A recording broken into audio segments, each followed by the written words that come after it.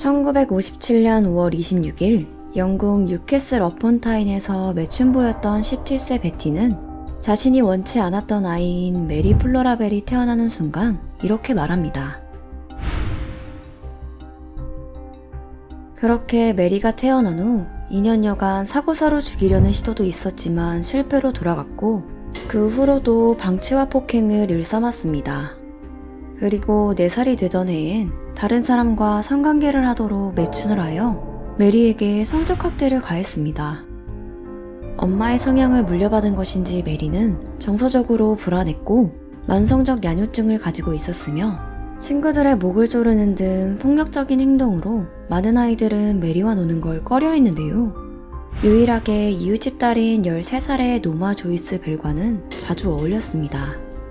1968년 5월 11일 11살이었던 메리는 노마와 함께 근처에서 놀던 3살의 소년을 밀어 머리에 심한 부상을 입혔고 이를 알게 된 소년의 엄마는 메리와 노마의 짓이며 메리는 예전부터 아이들을 공격했다고 경찰에게 말했지만 메리의 나이가 어려서 범죄 혐의는 받지 않았습니다.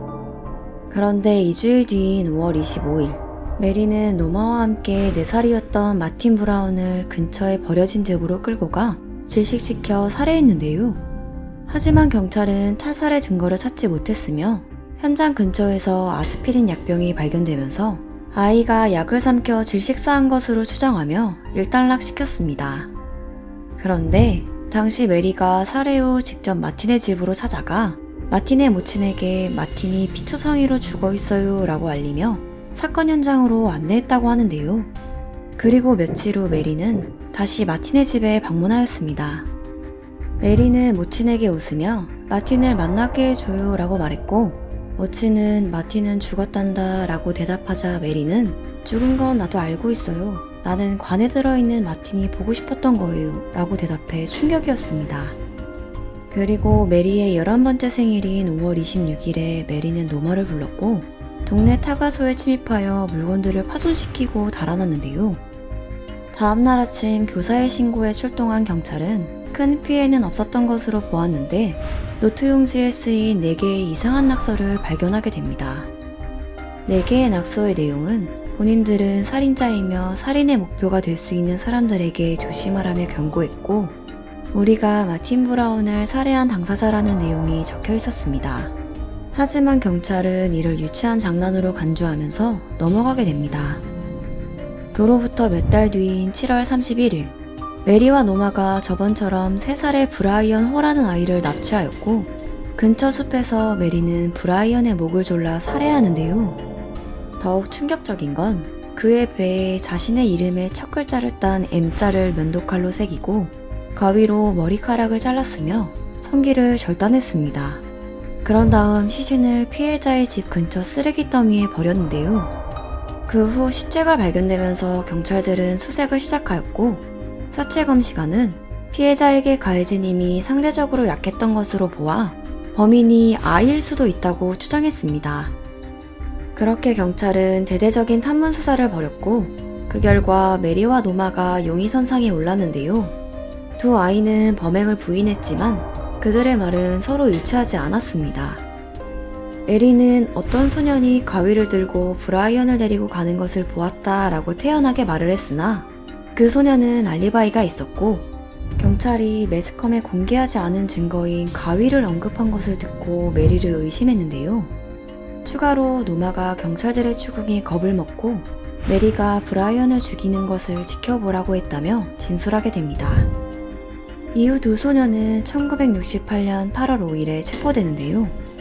그런데 메리는 재판 전 구류 중 교도관에게 사람을 상처 입히는 게 좋다. 간호사가 되고 싶다. 바늘로 사람을 찌를 수 있으니까 와 같은 충격적인 말들을 했으며 정신감정을 실시한 의사는 감정적 동요를 느끼지 않으며 이 정도로 교활하고 위험한 아이는 처음이다 라고 말하기도 했습니다.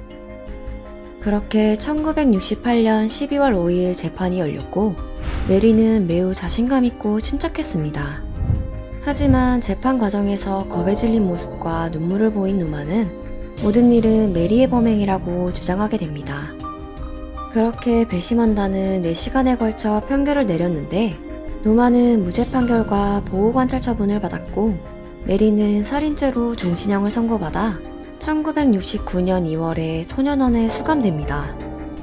이 와중에 메리의 모친인 베티는 딸의 유명세를 이용해 자신의 이야기를 신문에 팔아 돈을 벌었으며 메리에게 언론에 넘기게 편지나 시를 많이 써서 보내라는 등 교활한 행동들을 하였다고 합니다. 그렇게 수감 생활 7년 후인 1976년 메리는 감시가 덜한 시설로 옮겨지게 되었고 그곳에서 만난 동료 죄수 2명과 탈옥을 감행했지만 3일 만에 붙잡히고 맙니다. 이후 1980년 어이없게도 메리는 23살의 나이로 12년 만에 가석방되었고 한 청년을 만나 임신을 하면서 1984년에 아이를 낳는데요.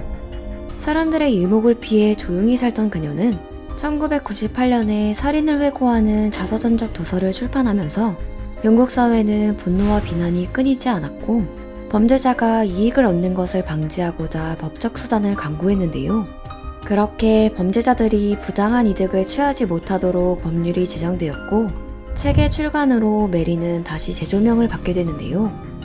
기자들이 메리의 집을 찾아내면서 그녀의 과거를 몰랐던 딸이 상처받은 것을 보고 사회의 분노를 느낀 그녀는 가해자의 신변 보호를 주장하며 영국 정부에 소송을 걸게 됩니다.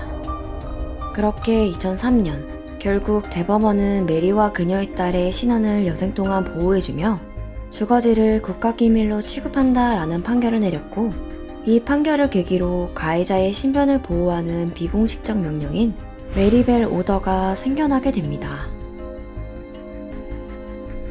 메리는 가석방 후 현재까지 본인의 아이를 낳고 키우며 범행 없이 살아가고 있는데요. 유죄 판결 당시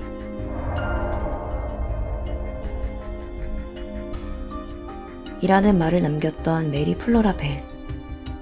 그녀는 사이코패스가 맞는 걸까요? 아닌 걸까요? 구독과 좋아요는 언제나 큰 힘이 됩니다. 시청해주셔서 감사합니다.